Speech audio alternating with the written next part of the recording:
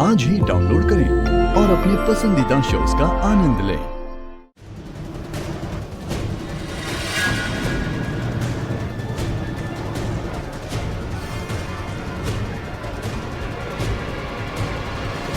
तुम दोनों यहाँ क्या कर रहे हो? बहुत अच्छा हुआ प्रज्ञा जी जो आप आई। देखिए, मैं रूम के बाहर से गुजर रहा था और मुझे अंदर से रोने की आवाज आई। तो सोचा कि अगर सब लोग नीचे डांडिया खेल रहे हैं तो ऊपर अकेले बैठकर कौन रो रहा है। आके देखा तो तनु जी रो रही थी। पूछने पर उन्होंने कहा कि बहुत बुरी तरह से अभी ने उसे इंसल्ट किया। बस यही पूछ रहा था कि ऐसा क्या हुआ कि इतना जोर से चिल्लाया अभी ने इस पर। प्रेग्नेंट है वो, इतना तो समझ। लेकिन वो तो फिर मैं ये भी समझा रहा था कि अच्छा इंसान है अभी। कोई तो वजह होगी जिसकी वजह से वो इतना गुस्सा हो गया और इतना चिल्लाया उस पर। लेकिन मेरी बात मान ही नहीं रही है। She's crying. रोए जा रही है and you know रोना कितना खराब होता है प्रेगनेंसी के लिए। It's not good for her.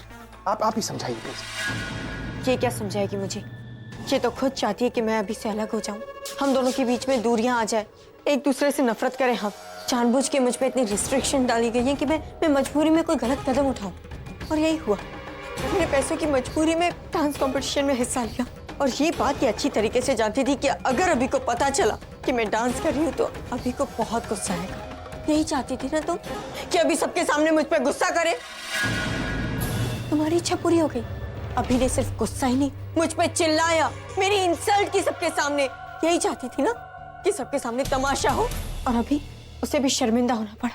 मुझे लगता है कि आप लोगों का पर्सनल मामला है, मुझे इंटरफियर नहीं करना चाहिए। सवाल ठीक है।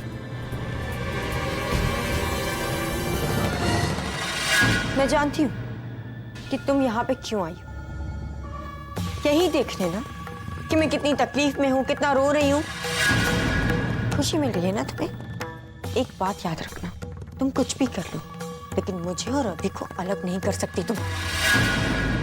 हम दोनों एक दूसरे से प्यार करते। तुमने वो कहावत तो सुनी होगी ना कि मुश्किलें जितनी ज्यादा होती हैं, रिश्ता उतना मजबूत होता है। Do whatever you want. अभी मेरा था और मेरा ही रहेगा।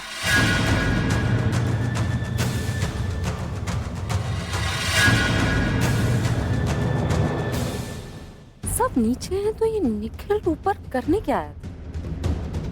क्या वो पहले से जानता था तनु ऊपर है?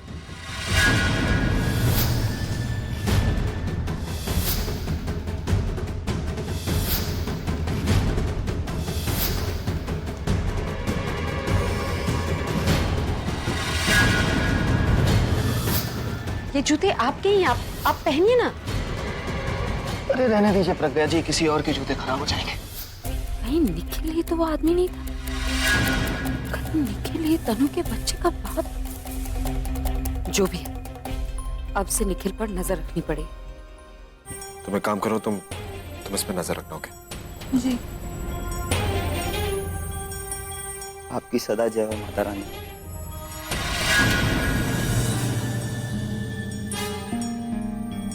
मार लीजिए। नहीं, मार लीजिए।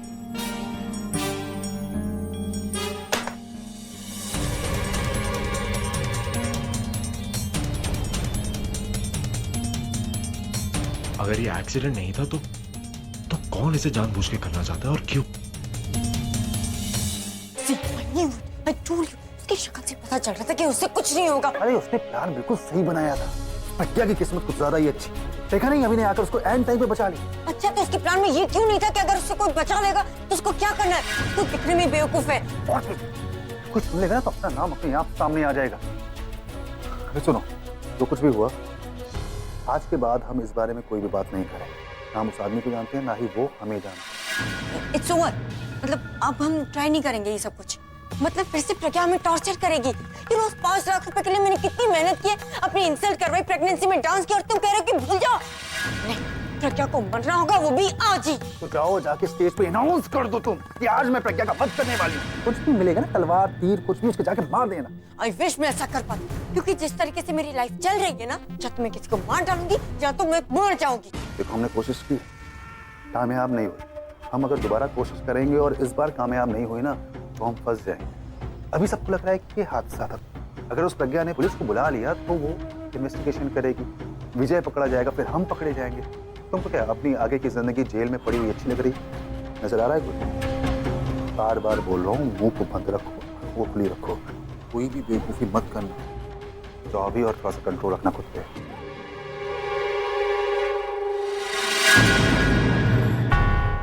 या क्या कर रही है? किसी ने देख लिया ना तो बेवजह पकड़े जाएंगे। तू चुप कर। एक